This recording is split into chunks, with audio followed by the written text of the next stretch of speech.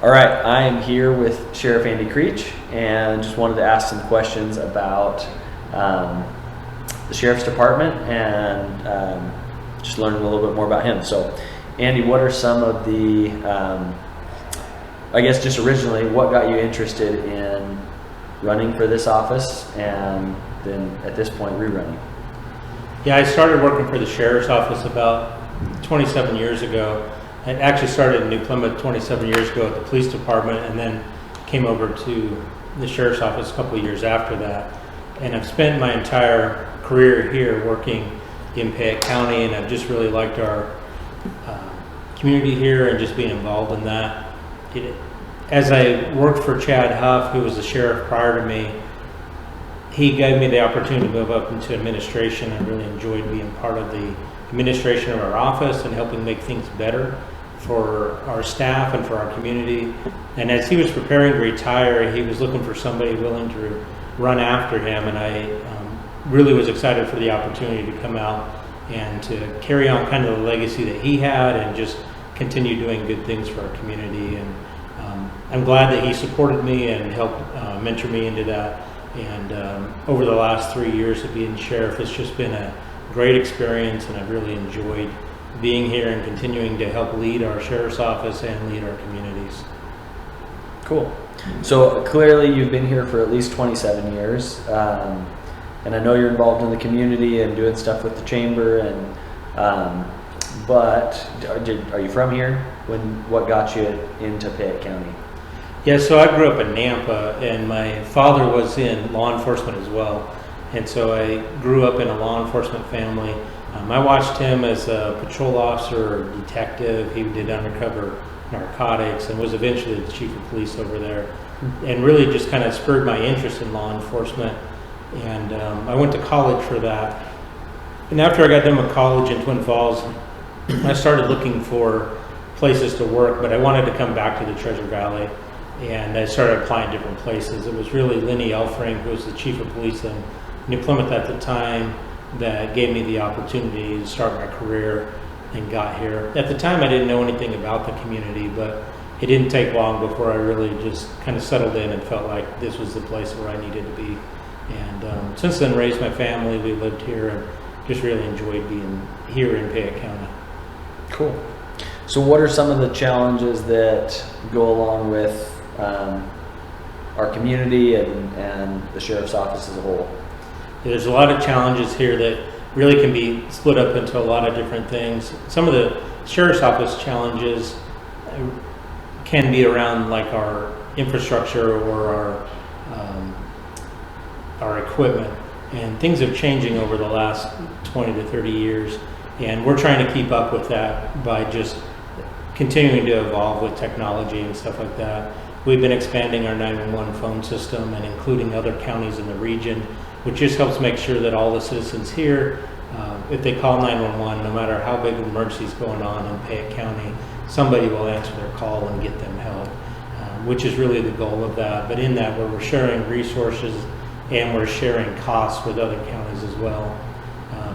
We're battling with a failing infrastructure of the radio system that all of our first responders use.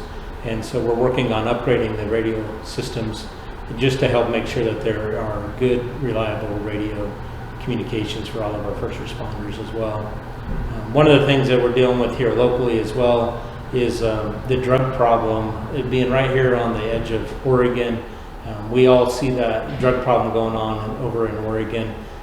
If you haven't driven over there, you would notice that there's all kinds of Idaho plates that are over there all the time.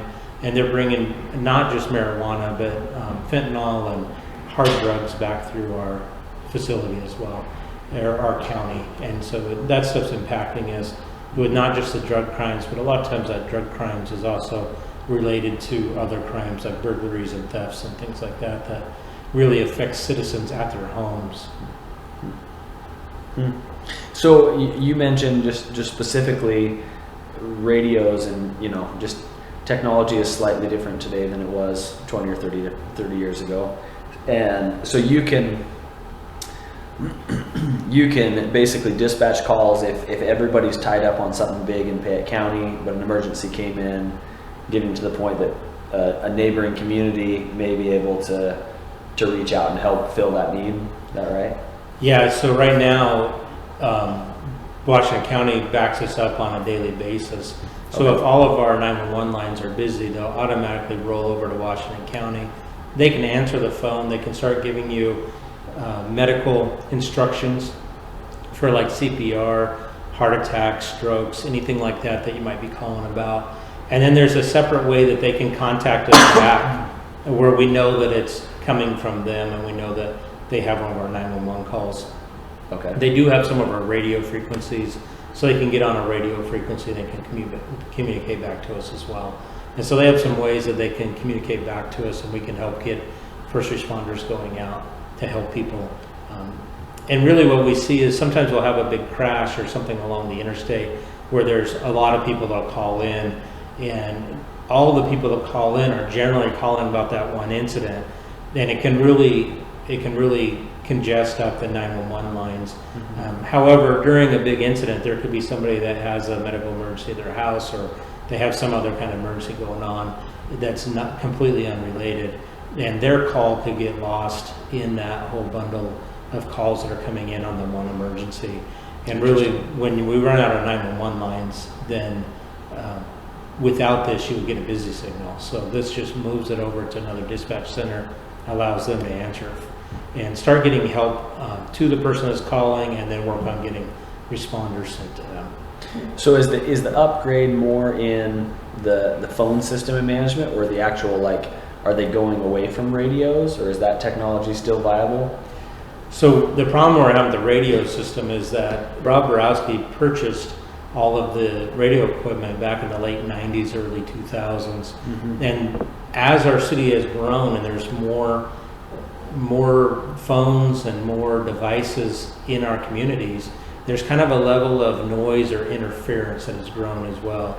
And we're battling with a lot of interference on our frequencies that can really make transmitting really difficult. And so what we're working on doing is moving away from that to a band that is set aside for first responders. Okay. In addition to that, that equipment's no longer supported, so if it was to fail, which it has, we can't fix it. And then replacing stuff right now, there's such a long lead time to order something, have it built and shipped to you. It's not just sitting on a shelf and ready to purchase. And so really there's no time that we really can have this equipment down. We need it every day, and we need it to be there and reliable. And so this equipment's getting so old that it's not reliable any longer. There's the interference issue, but it's just not reliable. It needs to be replaced. Yeah. And so it's not cheap either. We've been working on it for about a decade now. We're within 1 to 2 years of being able to actually replace that. And then we'll have a new system up with newer equipment that'll actually service us a lot better. Yeah. And I mean, it seems like even without technology changes, 25-year-old equipment's pretty old equipment. So it's probably time plus to get up to the new technology. Is it all still radio though? Not like cell communication or other things? It still goes radio? It's all radio, but the new system actually uses IP, and Okay. so it is internet based. There are towers like the old radio system, but it's also internet based.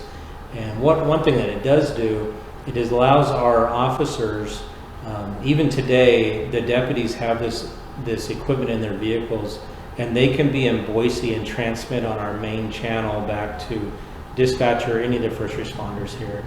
That never before has been something you can do in Payette County, which is just an interesting thing, that you could be in a different part of the state and transmit and be on main channel. Some of the things it allows me to do is when I'm not here in the county, I'm at meetings or conferences, I can take my portable and turn it on and listen to what's going on here, even though I'm not in the county. Here. Yeah. Cool.